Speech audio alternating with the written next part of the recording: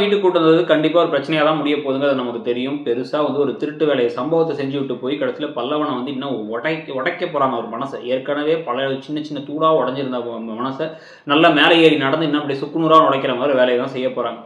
So இதில் இன்றைக்கி வந்து பார்த்தீங்கன்னா, இன்றைக்கி எபிசோடில் நடந்தது சில விஷயங்கள் என்னென்னா, எப்படியாச்சும் பாண்டியனுடைய கடைக்காக நம்ம வந்து கொஞ்சம் பணத்தை ஏற்பாடு பண்ணணுங்கிறாங்க. எக்ஸ்ட்ரா ஒர்க் ஒன்று எடுத்து 60,000 தரத்துக்கு இந்த பக்கம் ரெடியாக இருக்காங்க இப்போ நிலா.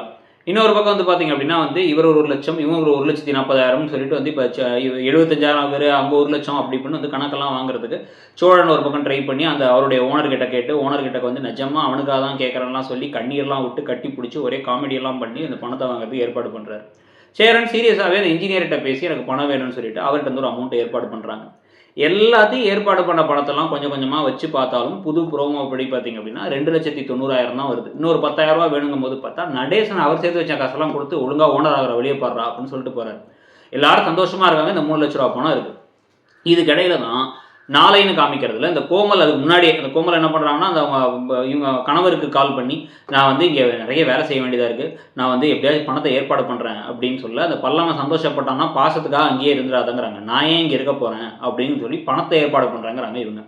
ஸோ இப்போ பணம் ஏற்கனவே என்ன பண்ணுறாங்கன்னா ஒவ்வொரு பெட்டியாக ஒவ்வொரு பையா தேடி கொஞ்சம் கொஞ்சமாக கிடச்ச 200-300 எடுத்து ரெடி வச்சுக்கிட்டவங்க இதுக்கு பிறகு இப்போ வந்து நான் பணத்தை ஏற்பாடு பண்ணிட்டு வரேன் அப்படின்னு ஃபோனில் பேசுகிறத நிலா வேற கேட்டுறாங்க.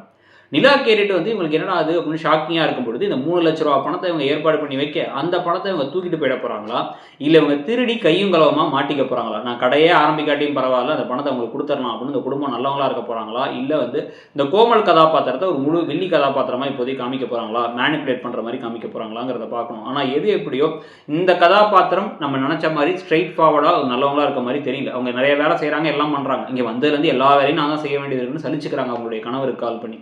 அவங்க கணவர்னா அவர் தான் கணவர்னா இப்போ இவர் யார், இவருக்கு பிரிஞ்சு போனப்புறம் கல்யாணம் பண்ணாங்களா, இல்லை பல்லவனுடைய அப்பாவாகவே அவர் தான் இருக்க போகிறாரான்னு பல கேள்விகள் இருக்குது. இந்த மாதிரி இந்த கருத்துக்கள்லாம் பற்றி உங்களுடைய கருத்து என்ன, இப்போ நடக்கிற விஷயங்கள் இந்த கோமல் வந்ததை பற்றி உங்களுடைய கருத்து என்னங்கிறத சொல்லிட்டு மறக்காம இடம்பொருள் சேனலையும் சப்ஸ்கிரைப் பண்ணிக்கோங்க. தேங்க்யூ.